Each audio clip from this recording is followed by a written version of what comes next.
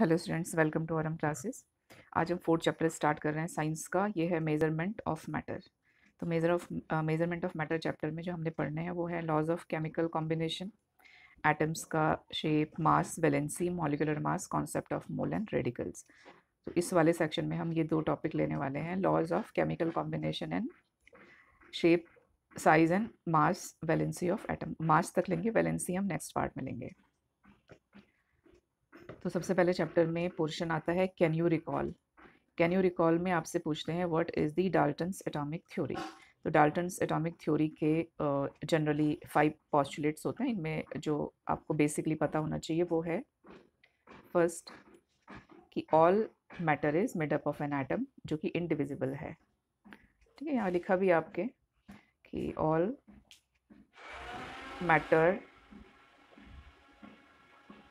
Is made up of an atom. ठीक है, next इसका पार्ट बताते हैं कि एटम कैसा है। एटम इनडिविजिबल है, उसको डिवाइड नहीं कर सकते। लेटर ऑन ये रॉन्ग हो गया क्योंकि इट इज़ डिविजिबल, इनडिविजिबल।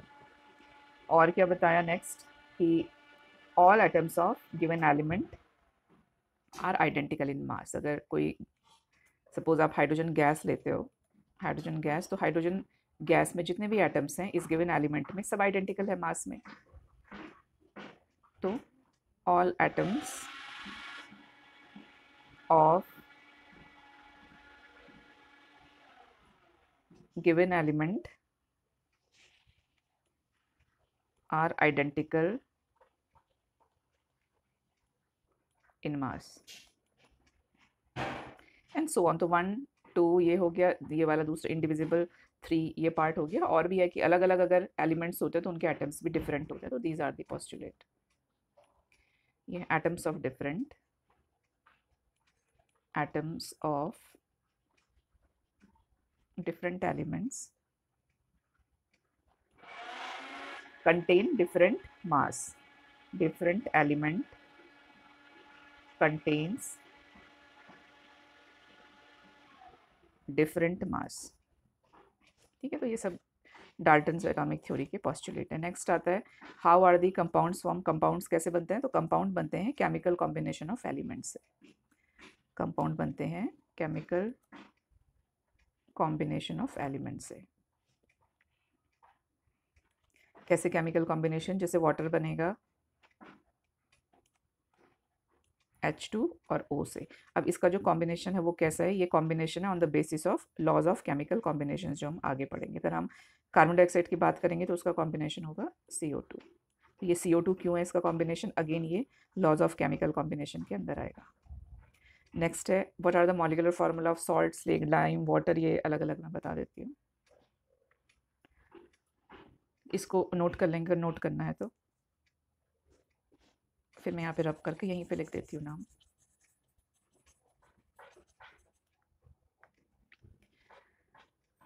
तो देखो, जो कॉमन सॉल्ट है, टेबल सॉल्ट जिसको कहते हैं, इसका फॉर्मूला होता है NaCl।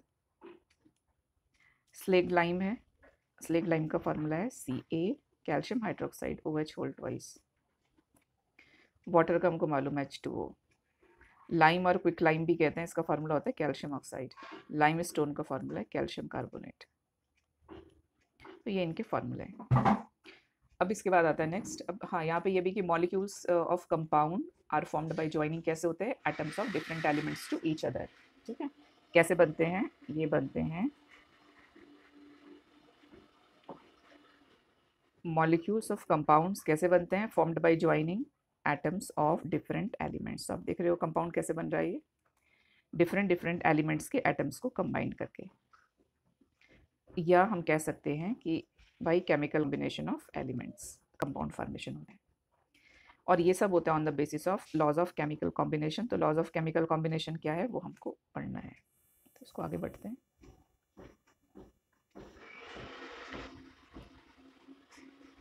तो लॉज ऑफ हम लॉज ऑफ केमिकल कॉम्बिनेशन में पढ़ेंगे कि जो भी कंपाउंड फॉर्मेशन है, लॉज ऑफ केमिकल कॉम्बिनेशन में आपके लॉज आ जाएंगे केमिकल कॉम्बिनेशन के, जो कि अभी 2 लॉज हैं बस आपके पास।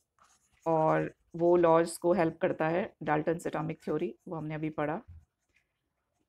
इसको with the help of example समझेंगे। पहले डाल्टन्स एटॉमिक थ्योरी बहुत सिंपल है।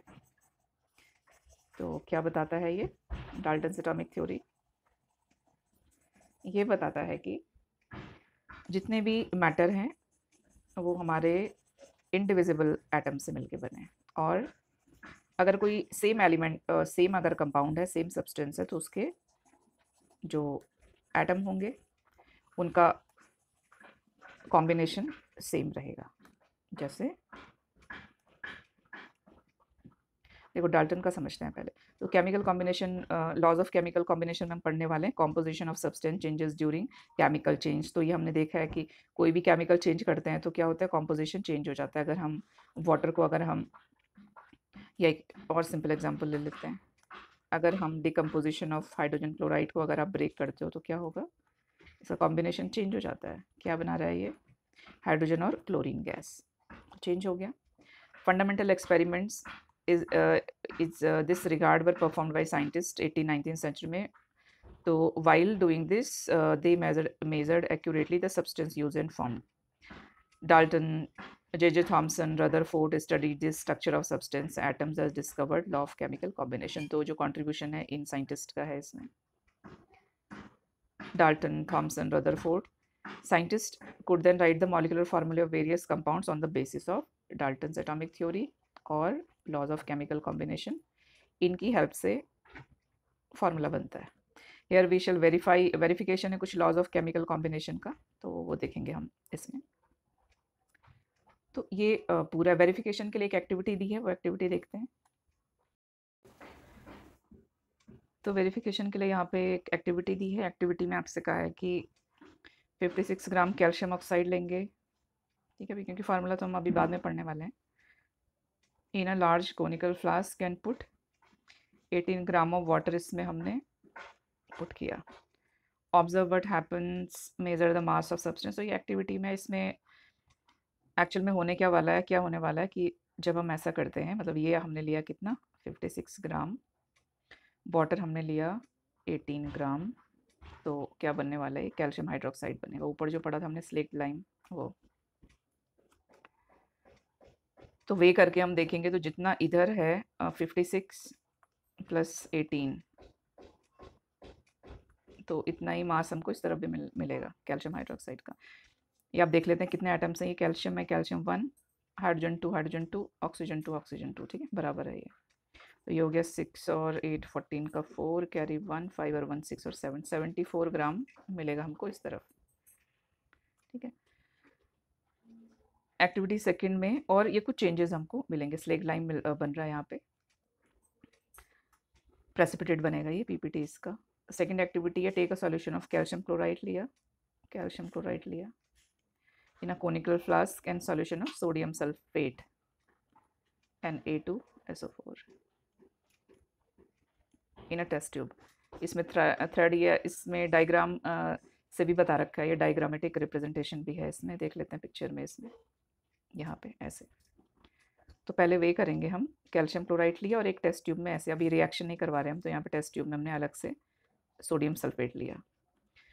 अब क्या कर रहे हैं, इसको ऐसे करके मिक्स कर दे रहे हैं दोनों को, मतलब ये केमिकल रिएक्शन होगी, इसमें केमिकल रिएक्शन होगी तो क्या बनेगा, कैल्शियम सल्फेट और सोडियम क्लोराइड, ऐसे होगी रिएक्शन। यहाँ पे कैल्शियम क्लोराइड प्लस Na2SO4, ये बनेगा कैल्शियम सल्फेट प्लस 2 NaCl, ठीक।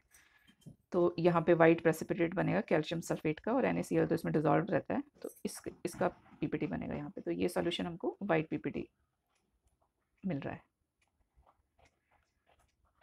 तो जो क्वेश्चन आपसे पूछ रहे हैं पूरे उसके बाद कि now we the now tilt the conical flask so that the solution in test tube gets poured in conical flask। Now we mass of the conical flask again, which changes did you notice, was there any change in mass? तो change in mass नहीं होगा, no, there is no change in mass, no change in mass, ठीक है। तो ये जो experiment है ये है verification of law of chemical combination, इसका वेरिफिकेशन है ये। और ये वेरीफाई करके हमको बताता है law of conservation of matter, कि मैटर कंजर्व रहता है किसी सिस्टम में। तो conservation of mass, law of conservation of matter क्या हमको बताता है कि मास ऑफ द ओरिजिनल मैटर, इस जो वेरिफिकेशन था इसमें, मास of the original matter and mass of the matter newly formed as a result of chemical change are equal. ये इक्वल है, mass of original matter and mass of matter newly formed as a result of chemical change are equal. ठीक है, equal रहेगा। ये किया था French scientist Antonio Lavoisier ने, और ये बताया इन्होंने कि in a chemical reaction total mass of reactant is same as total mass of product. तो ये इसका कंक्लूजन था कि total weight of the reactant is same as a total weight of the products. इसी को कहते हैं law of conservation of matter. फिर आता है next law of constant proportion. यहाँ से इसको देखते हैं।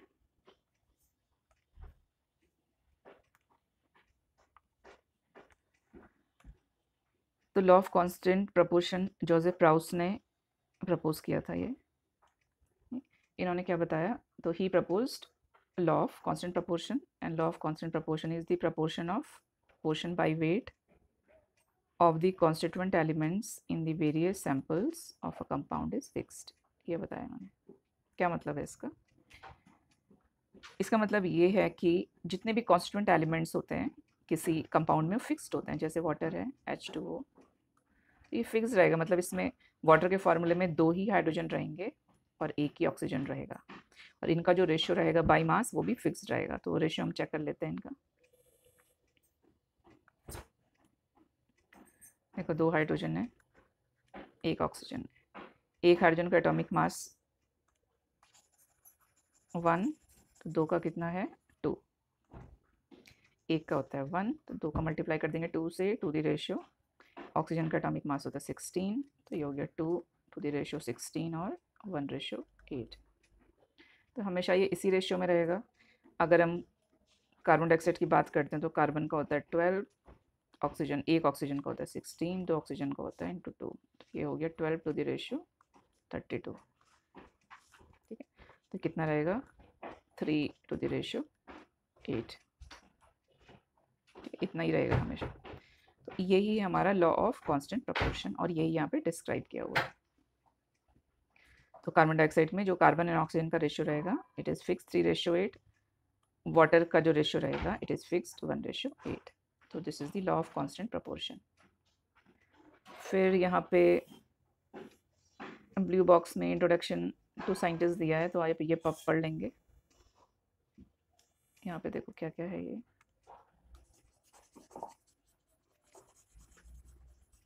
ये कंट्रीब्यूशन है, फादर ऑफ मॉडर्न केमिस्ट्री कहते हैं हम एंटोनियो लेवोजियर को। देखो कितने सारे इन्होंने काम किए हैं, बहुत सारे ये सब।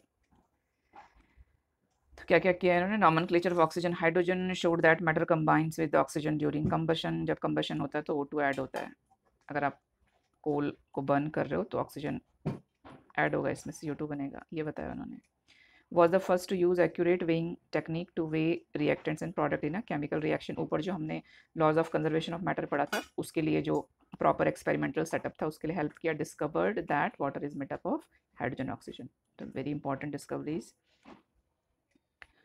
और क्या किया, और assigned systematic names to the compound sulfuric acid। systematic names इन्होंने दिए, sulfate, sulfide, ठीक है।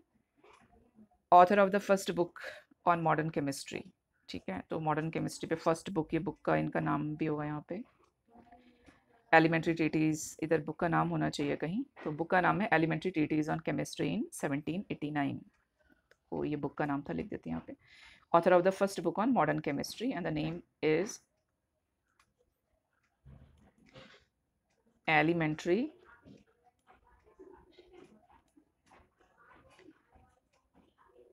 ट्रीटीज on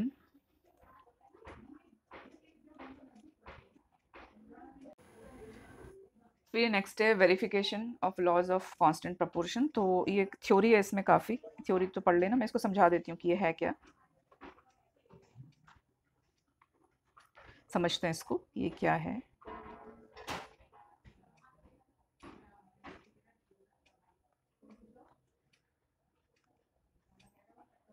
इसमें आपको बताया है कि हम वेरिफिकेशन क्या कर रहे हैं, कांस्टेंट प्रोपोर्शन। कांस्टेंट प्रोपोर्शन में हमने क्या पढ़ा था अभी, हमने पढ़ा कांस्टेंट प्रोपोर्शन में कि कोई भी कंपाउंड है, कोई भी कंपाउंड आप ले लीजिए, कांस्टेंट प्रोपोर्शन लॉ हमको क्या बताता है कि अगर कोई कंपाउंड है, ठीक है, तो बाई मास उसके जो कॉन्स्टिट्यूएंट एलिमेंट्स हैं आपके, उनका जो रेशियो है वो फिक्स्ड रहेगा।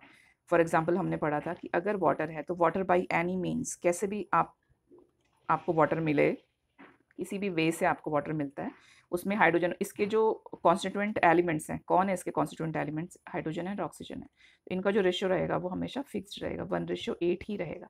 क्यों रहेगा, ये भी हमने देखा था। हम हाइड्रोजन का मास 1 होता है, एक वाटर मॉलिक्यूल में 2 हाइड्रोजन होते हैं, अभी अभी किया था हमने ये। एक ऑक्सीजन का एटॉमिक मास 16 है, तो ये हो गया 2:16, मतलब 1:8। तो ये हमेशा ऐसे ही रहने वाला है, इसी का वेरिफिकेशन हमको करना है। तो ये वेरिफिकेशन है आपका कांस्टेंट प्रोपोर्शन का। क्या कांस्टेंट प्रोपोर्शन होता है वो हमने डिस्कस किया। इसमें आपको बता रहे हैं कि अगर आपके कॉपर कार्बोनेट, एक हमको कॉपर ऑक्साइड मिल रहा है कॉपर कार्बोनेट से, एक हमको कॉपर नाइट्रेट से भी मिल रहा है, ठीक है। So we are getting copper oxide by 2 means एक हमको इस तरीके से मिला, एक हमको इस तरीके से मिला। तो हमको वेरीफाई करना है कि दोनों वेज से या किसी भी वेज से हमको कॉपर ऑक्साइड मिलता है, उसका जो रेशियो होगा, ठीक है, उसका जो प्रपोर्शन होगा बाई मास वो कांस्टेंट रहेगा, जो कि होता है 4:1। ठीक, ये होता है इसका रेशियो। तो इसके वेरिफिकेशन के लिए हमने क्या किया, तो पहले हमने कॉपर ऑक्साइड ऑब्टेन किया इन दोनों कंपाउंड से। उसके बाद दोनों ही कंपाउंड के जो कॉपर ऑक्साइड है उनका हमने क्या किया, उनको हमने हाइड्रोजन से रिड्यूस किया, या ये बोले इनसे ऑक्सीजन हटा दिया। तो हमको मिला कॉपर प्लस वाटर। अब कितना कितना मिला है वो हमको दिया हुआ है क्वेश्चन में, कि इससे जो हमको मिल रहा है, मतलब जो ग्राम में वैल्यू है वो ग्राम में वैल्यू गिवन है। तो for each these sample the mass of 8 gram of copper oxide was taken. यहाँ पे बता रहा है आपसे कि जो हमको कॉपर ऑक्साइड हमने लिया है, कितना लिया है वो, बोथ गेव 6.4 ग्राम कॉपर मिला है। ओके, कॉपर हमको मिला है, ये दिया है आपके बुक में, टेक्स्ट बुक में देख लेंगे। 6.4 ग्राम तो कॉपर मिला इससे हमको, और हमको मिला वाटर दिया हुआ है आपको 1.8, ठीक है, 1.8 ग्राम वाटर मिला। अब हम ये देखेंगे कि ये जो वाटर है हमारा, देखो, ठीक है, इतना हमको वाटर मिला। अब यहाँ से हम वेरिफिकेशन कर रहे हैं, इधर से हम वेरीफाई करेंगे। तो वेरिफिकेशन के लिए ये हमने वेरीफाई करना है हमको, वेरिफिकेशन। तो उसके लिए क्या है, हमको वी नो दैट जो वाटर में कॉम्पोजिशन होता है वो होता है 2 हाइड्रोजन होते हैं, 2 ऑक्सीजन होते हैं। वाटर हुआ आपका 18 ग्राम, और ये दोनों हो गया हमारा 2:16, ये हमने निकाल दिया था, ये होता है 1:8। तो अगर 18 ग्राम है तो दिस इज द रेशियो 1:8, ठीक है। अब आप यहाँ पे ये लिख सकते हैं कि 18 ग्राम जो वाटर है इसमें कितना है ऑक्सीजन, 16 ग्राम ऑक्सीजन है। तो 1.8 ग्राम वाटर में कितना ऑक्सीजन होगा, 1.6 ग्राम ऑक्सीजन होगा, ठीक है। 1.6 ग्राम ऑक्सीजन है, मतलब कि ये यहाँ से, ये जो ऑक्सीजन कहाँ से आया, यहाँ से आया है ना, इसका मतलब कि 1.6 ग्राम ऑक्सीजन किस में था, come from copper oxide, copper oxide से आया है। और कॉपर ऑक्साइड कितना निकला है, अब ऊपर देखेंगे, अगर ये फर्स्ट पैराग्राफ में देखिए 1 2 3 4th लाइन में देखिए 8 ग्राम कॉपर ऑक्साइड है। कितना था कॉपर ऑक्साइड, 8 ग्राम, यहाँ पे लिख सकते हो आप 8 ग्राम है ये। तो 1.6 gram oxygen come from copper oxide which is 8 ग्राम। तो कॉपर कितना होगा हम निकाल सकते हैं, कॉपर ऑक्साइड है टोटल 8 ग्राम, इसमें ऑक्सीजन है 1.6 ग्राम, तो कॉपर कितना होगा, माइनस कर देंगे हम 8 से 1.6 को, तो ये हो गया 4, 0.6 ग्राम।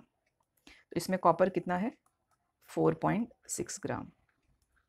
ऑक्सीजन कितना है कॉपर ऑक्साइड में 1.6 ग्राम। तो कॉपर ऑक्साइड में कॉपर और ऑक्सीजन का जो रेशियो होगा वो कितना होगा 6.4 टू द रेशियो 1.6।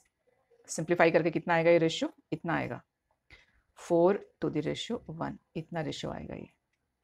ठीक है, तो ये वेरीफाई हो गया कि यस इससे ऑब्टेन होगा कॉपर ऑक्साइड, उसका रेशियो भी इतना ही होगा, इससे ऑब्टेन होगा कॉपर ऑक्साइड, इसका रेशियो भी इतना ही होगा। इसके फर्दर वेरिफिकेशन के लिए इन्होंने क्या किया है कि एक्चुअल में लिया, एक्चुअल में जो कॉपर का आपका एटॉमिक मास होता है वो होता है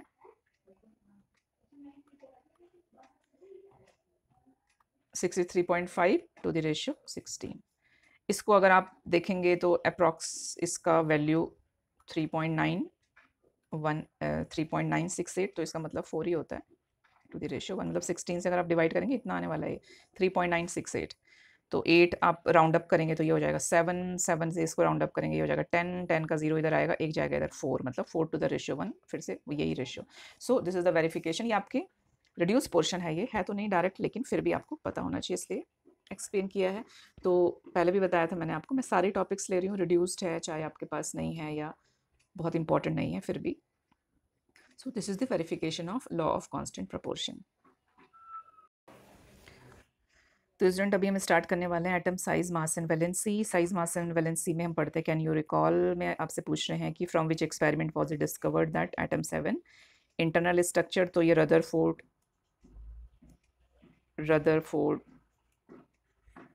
एक्सपेरिमेंट था जो स्कैटरिंग आपका एक्सपेरिमेंट था, जिसमें कि हमको पता चला कि एटम के सेंटर में पॉजिटिवली चार्ज्ड एक हैवी छोटा सा सेक्शन होता है और इसके जो मैक्सिमम जो प्लेस होता है एटम का वो क्या होता है उसमें मास नहीं होता। तो ये हमको पता चला था। तो मास नहीं होता मतलब एम्प्टी होता है और इसमें इलेक्ट्रॉन्स रिवॉल्व करते हैं। तो ये हमको मालूम चला था रदरफोर्ड स्कैटरिंग एक्सपेरिमेंट से। What are the two parts of an atom. Atom के कौन से टू पार्ट्स हैं, what are they made up of. The two parts of an atom is, एक तो न्यूक्लियस है, न्यूक्लियस में न्यूट्रॉन और प्रोटॉन रिसाइड करते हैं, दे रिसाइड इनसाइड द न्यूक्लियस, और nucleus is made up of neutron and proton. जो आउटर पार्ट होता है जिसमें ऑर्बिट करते हैं इलेक्ट्रॉन्स, ऑर्बिट करते हैं इसमें। ठीक है, तो we have learn that the centre of atom nucleus है, सेंटर ऑफ एटम क्या है न्यूक्लियस है, and that there are moving electrons जो एक्स्ट्रा न्यूक्लियर पार्ट में रहते हैं, मूविंग इलेक्ट्रॉन्स रहते हैं यहाँ पे। इलेक्ट्रॉन्स कैसे हैं, they are negatively charged elementary particles, और न्यूक्लियस में न्यूक्लियस कैसा है वो पॉजिटिवली चार्ज्ड है। क्यों है पॉजिटिवली चार्ज्ड, क्योंकि वो प्रोटॉन से बना है और वो न्यूट्रॉन से बना है। Look at the image of field ion microscope.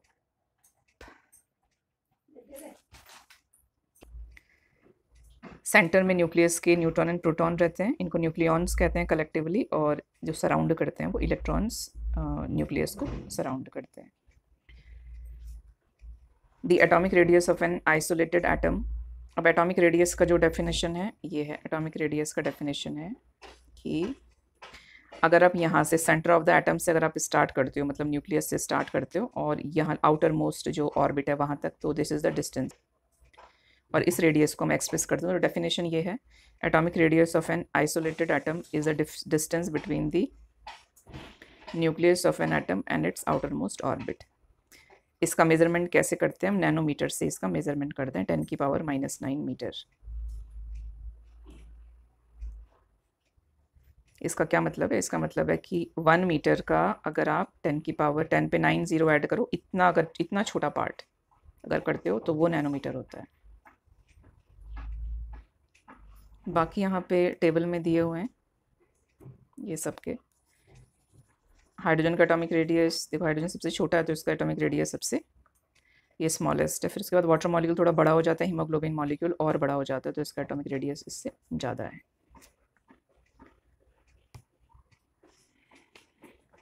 फिर आता है ये सेक्शन, इसमें है,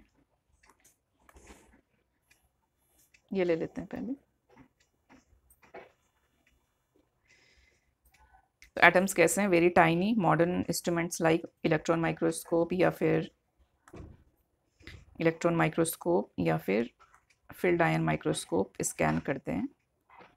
स्कैनिंग टनलिंग माइक्रोस्कोप, ये सब यूज़ करते हैं हम। ये हेल्प करते हैं हमको to show the enlarged image of atom. फिर इस सेक्शन में देखते हैं क्या है। इस सेक्शन में atomic size depend on number of electrons. Number of electron पे कैसे डिपेंड करता है, क्योंकि उतना ही बड़ा ऑर्बिटल होगा ना, जितने इलेक्ट्रॉन्स होंगे तो ऑर्बिटल भी बड़ा होता जाता है। तो atomic size depends on number of electrons of electrons orbits in an atom. कैसे होता है वो बताते हैं अभी। Greater the number of orbits, अब अगर ये सेंटर है, ये न्यूक्लियस है, और अगर एक ऑर्बिट है, इलेक्ट्रॉन अगर एक ही ऑर्बिट कर रहा है, ठीक है, तो इसका कितना होगा, रेडियस इतना होगा। अगर और ज़्यादा इलेक्ट्रॉन्स होंगे तो इसमें एक और ऑर्बिट करेगा, इतना हो जाएगा। और ज़्यादा इलेक्ट्रॉन होंगे तो एक और ऑर्बिट बनेगा, इतना हो जाएगा, एंड सो ऑन।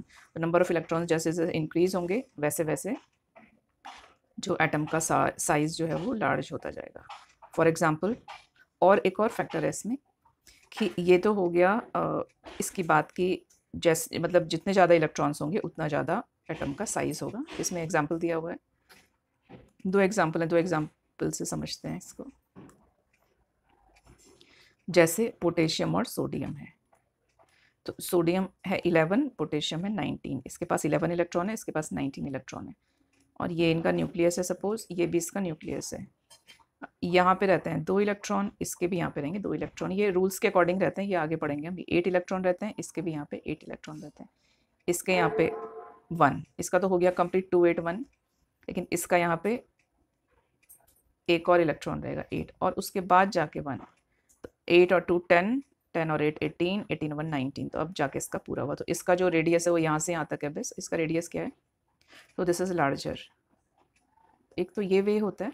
एक होता है कि अगर ऑर्बिट सेम होते हैं, जैसे एग्जांपल है सोडियम का 11 शेल्स भी कहते हैं इनको, मैग्नीशियम 12। इस केस में क्या होगा, अगेन डिटेल में हम हायर क्लासेस में पढ़ेंगे आगे के चैप्टर्स में। इस केस में फर्स्ट 2 इलेक्ट्रॉन्स रहेंगे, इसकी फर्स्ट में 2 इलेक्ट्रॉन्स रहेंगे। सेकेंड ऑर्बिट है, इसमें 8 रहेंगे, इसके भी सेकेंड में 8 रहेंगे। इसके लास्ट वाले में 1 रहेगा, इसके लास्ट वाले में 2 रहेगा। तो अगर ऐसा केस होता है तो अभी देखो, इसके पास भी 3 ऑर्बिट्स हैं, इसके पास भी 3 शेल्स, 3 ऑर्बिट्स हैं। तो बराबर होना चाहिए इनका एटॉमिक साइज, लेकिन बराबर नहीं होता। इस केस में क्या होता है कि जिसके पास ज़्यादा इलेक्ट्रॉन्स होते हैं उसका साइज स्मॉल होता है, जिसके पास कम इलेक्ट्रॉन्स होंगे उसका लार्जर होगा। तो इस केस में इसका लार्जर है। क्यों होता है वो अगेन हम आगे पढ़ेंगे आगे के चैप्टर्स में। ये सेक्शन में यही एक्सप्लेन कर रहे हैं।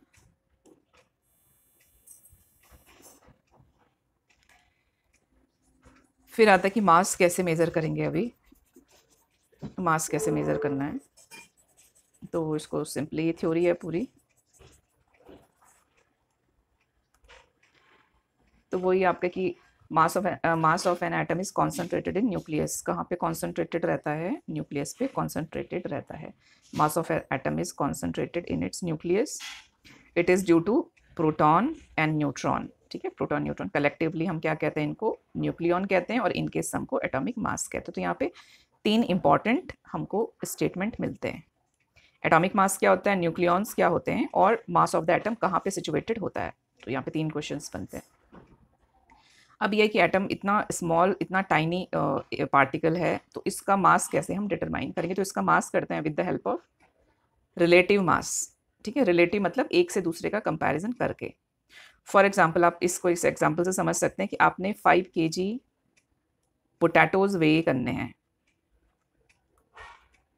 लेकिन आपके पास बस 1 kg का वेट है, और नहीं आपके पास 1 kg का वेट है आपके पास, ये ऐसे यहाँ पे कैसे करोगे 5 kg को वे फिर तुम। तो आप क्या करोगे, पहले आप 1 kg वे करोगे। ठीक है, ये आपने लिया, यहाँ पे वेट लिया, ये 1 kg का मान। तो ऐसे करके हम क्या कर रहे हैं, हम ये 1 kg से 1 मतलब ये वाला जो पार्ट है वो 5 टाइम्स ऑफ दिस kg है। तो वही हमको करना होता है इसमें रिलेटिव मास का जो कैलकुलेशन है उसमें, कि हमने इनिशियली, मतलब अभी तो नहीं, अभी तो हम कार्बन को मानते हैं। इनिशियली क्या किया साइंटिस्ट ने, इनिशियली हाइड्रोजन को कंपैरिजन करने के लिए माना। क्योंकि हाइड्रोजन का एटॉमिक मास 1 है, तो 1 से ईजिली कंपेयर हो सकता था। जैसे कि अगर नाइट्रोजन का वे करना है, तो नाइट्रोजन का है हमारा एटॉमिक मास होता है नाइट्रोजन का 14, तो हाइड्रोजन का होता है 1, तो जो आपका mass of atomic mass of the nitrogen होगा वो कितना होगा हाइड्रोजन के 14 टाइम्स एंड सो ऑन। तो ये किया हमने। तो relative mass of hydrogen atom which has only 1 proton in its nucleus was accepted as 1। यहाँ पे लिखा हुआ है आपके, ये रिलेटिव मास क्यों चूज़ किया हमने हाइड्रोजन को, क्योंकि इसके पास बस एक प्रोटॉन होता है तो ईजी होता है इसको कंपेयर करना। Therefore magnitude of relative mass of various atoms become equal to atomic mass. तो हम दोनों से कंपैरिजन का कर सकते हैं। तो नाइट्रोजन का कैसे किया, mass of one nitrogen atom is 14, ठीक है, mass of one nitrogen atom is 14। एक मिनट यहाँ पे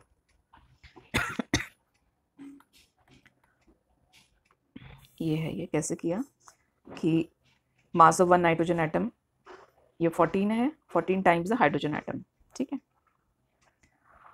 therefore relative mass of nitrogen कितना हो गया, 14 हो गया।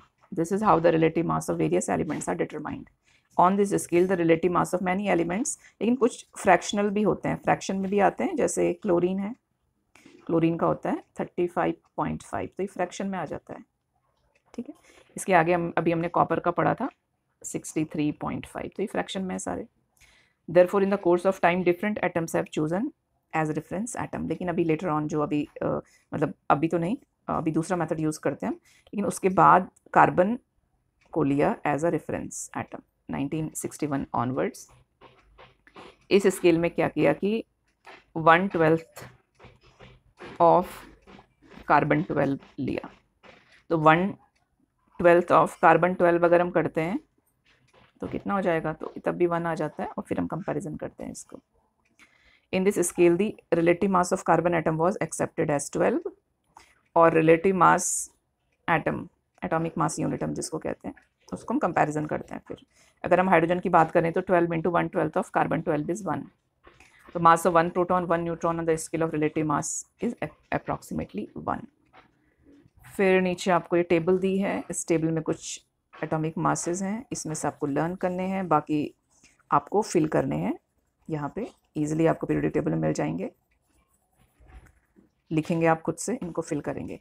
इसमें इंपॉर्टेंट जो आपको लर्न होना चाहिए अभी क्लास 9th के लिए, हाइड्रोजन हीलियम लर्न होना चाहिए, कार्बन नाइट्रोजन पता होना चाहिए, ऑक्सीजन पता होना चाहिए, सोडियम भी आ जाता है कभी कभी, सोडियम मैग्नीशियम पता होना चाहिए, सल्फर क्लोरीन पता होना चाहिए, इतना कम से कम मालूम होना चाहिए, कैल्शियम मालूम होना चाहिए। तो इतने जितने मैंने टिक किए हैं ये आपको लर्न करने हैं, ठीक है। फिर है नेक्स्ट है केमिकल सिंबल ऑफ एलिमेंट्स। तो यहाँ पे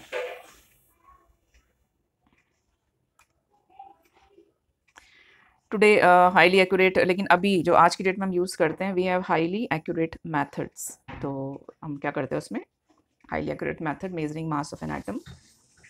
तो रिलेटिव मास नहीं लेते हैं हम, क्या लेते हैं, यूनिफाइड मास लेते हैं। और ये थोड़ा इम्पॉर्टेंट स्टेटमेंट है, ये आपको याद रखना, मैं अंडरलाइन कर देती हूँ।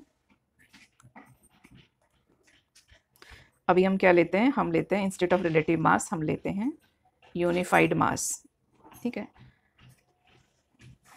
तो unified mass has now accepted as the unit of atomic mass, इसको हम डाल्टन कहते हैं, पूरा लिख देते हैं, unit of atomic mass it is called Dalton. इसका सिंबल होता है यू, यूनिफाइड मास का सिंबल होता है यू, और 1 unified mass is equal to, ये वैल्यू होती है 1.66 इंटू 10⁻⁻27 kg। इसके बाद आते हैं केमिकल सिंबल्स इन केमिस्ट्री, तो ये भी इम्पोर्टेंट पार्ट है। फर्स्ट इसमें how is an element indicated in chemistry, कैसे इंडिकेट करते हैं एलिमेंट्स को। तो अभी तक हमने पढ़ा है कि जो एलिमेंट का नाम होता है यूजुअली क्या होता है, उसका जो फर्स्ट लेटर होता है और या उसका सेकंड लेटर है, उसी से मिलके बन जाते हैं एलिमेंट्स, अल्फ़ाबेटिकल प्रेजेंटेशन करते हैं। Write down the symbol of elements you know, तो जैसे एलिमेंट हमारे हमको मालूम है हाइड्रोजन, हमको मालूम है ऑक्सीजन जो बेसिक हैं, सोडियम, ठीक है, ये बेसिक है। Write down the symbols of, अब ये देखो थोड़ा सा ऑड लग रहा है, एंटीमनी। अब एंटीमनी का सिंबल वैसे तो AN होना चाहिए या AT टाइप से ऐसा कुछ होना चाहिए, लेकिन ऐसा नहीं होता है, एंटीमनी का सिंबल होता है SB, डिफरेंट है। आयरन, अगेन आयरन का सिंबल होना चाहिए IR, लेकिन ऐसा नहीं होता, इसका सिंबल होता है Fe। गोल्ड का सिंबल भी GO होना चाहिए, लेकिन ऐसा नहीं होता, ऑरम AU होता है इसका सिंबल, ऑरम क्लासेस जैसे।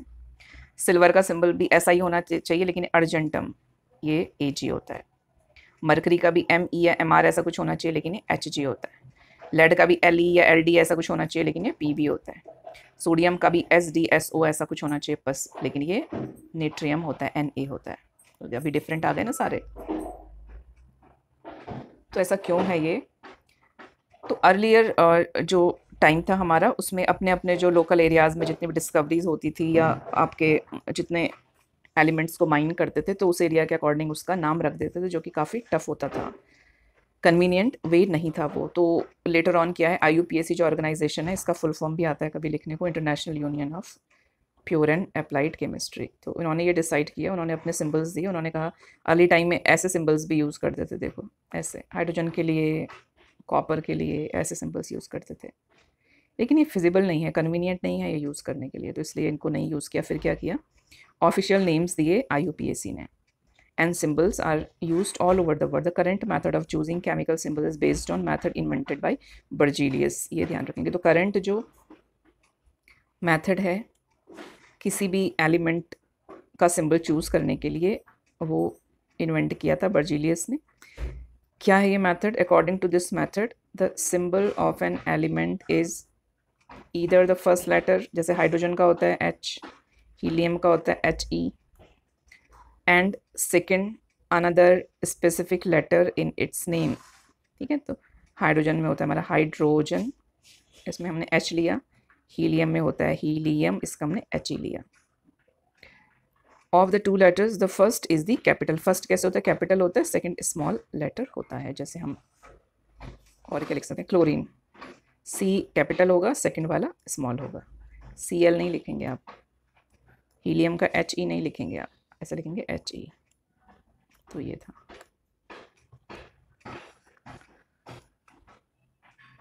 फिर है next molecules of elements and compounds. तो क्या है molecules of elements and compounds? Compounds तो अभी हमने देखा कि अलग अलग एलिमेंट्स ऑफ एटम्स, अलग अलग जब हम एटम्स का जो कॉम्बिनेशन होता है on the basis of laws of chemical combination, उसको हम कहते हैं कंपाउंड, और उसको हम कहेंगे कंपाउंड जब डिफरेंट डिफरेंट एलिमेंट्स का कॉम्पोजिशन होता है, कॉम्बिनेशन होता है, ये सब, दीज ऑल आर कंपाउंड्स।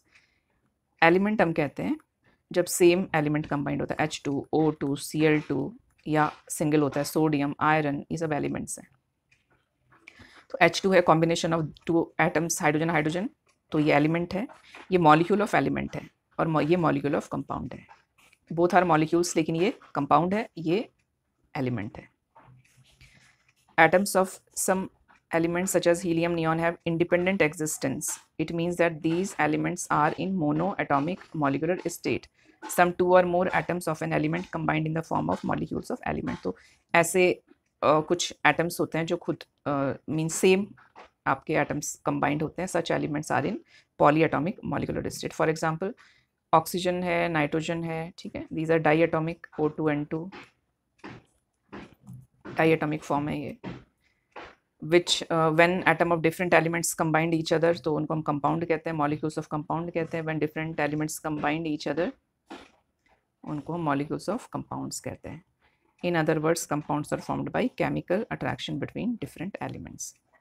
तो डिफरेंट डिफरेंट एलिमेंट्स होंगे तो कंपाउंड बनेगा, ऐसे CO2 से, H2O से, HCl ऐसे, और ये बनेंगे सेम एटम्स के कॉम्बिनेशन से।